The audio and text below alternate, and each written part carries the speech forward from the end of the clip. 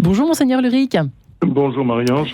On se retrouve à la veille ou l'avant-veille de cette Toussaint 2022. Alors pardonnez-moi Monseigneur Ulrich, mais on ne peut pas éluder cette Toussaint bien particulière cette année sous le signe de la douleur pour l'Église et pour une fois de plus les fidèles de l'Église.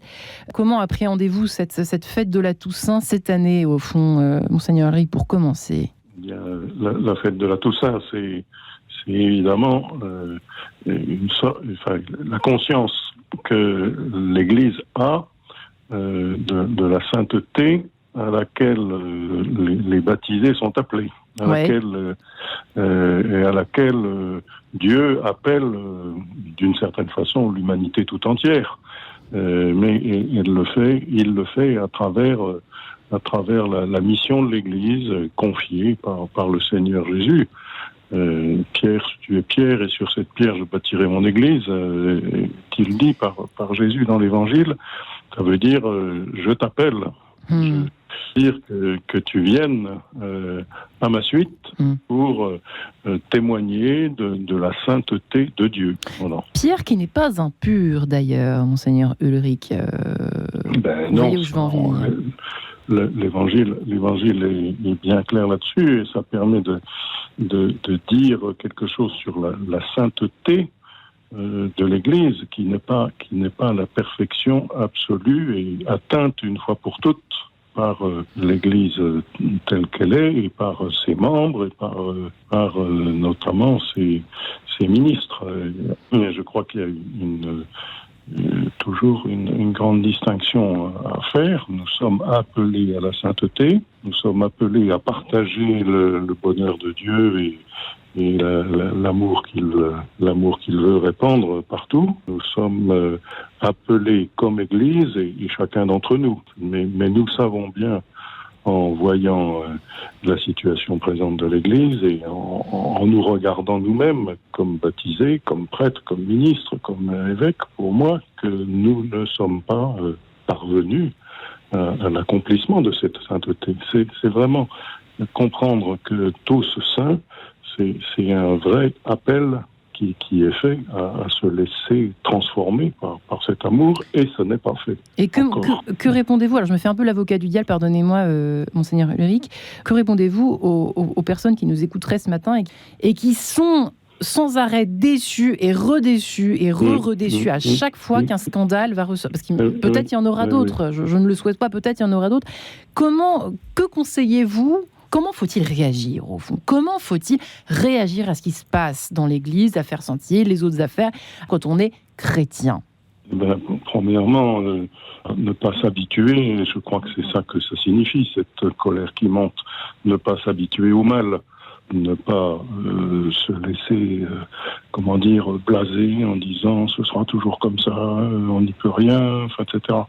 C'est ne pas se laisser blaser par ce mal qui nous atteint, et laisser notre sentiment exprimer une véritable peine. Moi, j'entends la colère qui est dans le monde de l'Église en ce moment, et peut-être bien au-delà. Ouais. Mais j'entends cette colère et je la respecte, et si je peux le dire d'une façon qui soit audible, je partage cette colère, parce que je n'aime pas ce mal qui est fait et qui est révélé, qui se révèle jour après jour, un peu sans fin, quoi. Voilà. Ouais. On a le sentiment que il y a toujours quelque chose qui se cache et qui va se révéler et qui va nous remettre devant cette douleur profonde qui est la nôtre, qui est celle de l'Église, que je comprends bien, et que je veux dire que je crois être la mienne aussi, si je peux le dire sans avoir l'air de chercher à convaincre qui que ce soit de ma bonne foi. C'est pas cela le sujet, c'est vraiment que je crois que je suis malmené moi aussi par ce qui arrive et par ce qui n'a pas l'air de vouloir cesser. Voilà. Ouais. C'est une vraie douleur que je sens moi-même. Je me dis, il y a des années que nous travaillons sur ces sujets, que nous cherchons à indiquer des voies pour en sortir et que ça n'a pas l'air de faire effet. C'est ça le sentiment d'impuissance un peu. J'ai l'impression chez certains d'entre vous un sentiment d'impuissance un petit peu, non? Peut-être. C'est-à-dire, je ne sais pas si c'est sentiment d'impuissance, c'est-à-dire le sentiment que de bonne foi nous travaillons à résoudre ces difficultés. Que nous sommes sans cesse, quand je dis nous, c'est l'Église, c'est pas les évêques qui ont le sentiment que le sort s'acharne contre eux, c'est pas ça. Nous voulons vraiment, rendre l'Église plus sûre, comme nous l'avons dit, et nous constatons qu'il y a toujours cette survenue d'un mal que nous ne supportons pas. Ouais. Nous, les évêques, pas plus que les autres, voilà. Mais je crois que nous essayons. Les décisions que nous avons prises l'an dernier étaient des décisions fortes et vraies que l'on a commencé à mettre en œuvre. Et puis, voilà. Comment l'Église, selon vous, justement, pourrait... alors, on aime bien le mot se convertir, mais est-ce qu'il faut utiliser ce mot-là? Est-ce qu'il n'est pas trop fort, ce mot? Est-ce qu'il n'est pas trop inaccessible? C'est-à-dire, premièrement, quand on dit se convertir, c'est se laisser convertir par la parole de Dieu et par bonheur que Dieu veut, dont Dieu veut nous faire profiter. Enfin, voilà, tous. Voilà.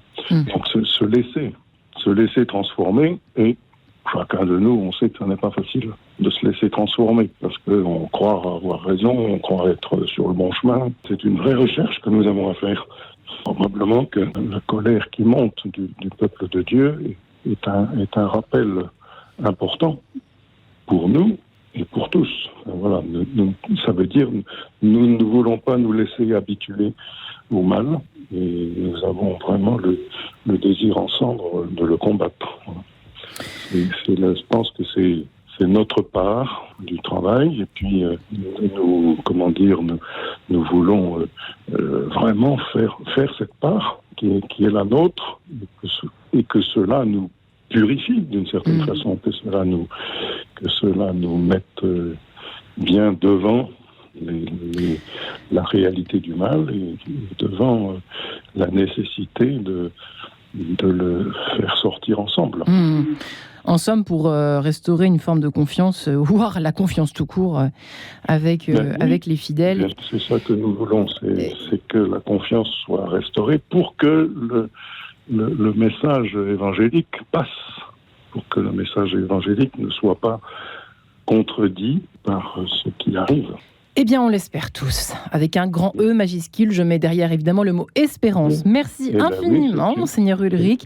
Et puis de toute façon, on vous retrouve la semaine prochaine pour un entretien d'archevêque. Eh bien, voilà, merci. À très bientôt. Au revoir, Monseigneur Ulrich.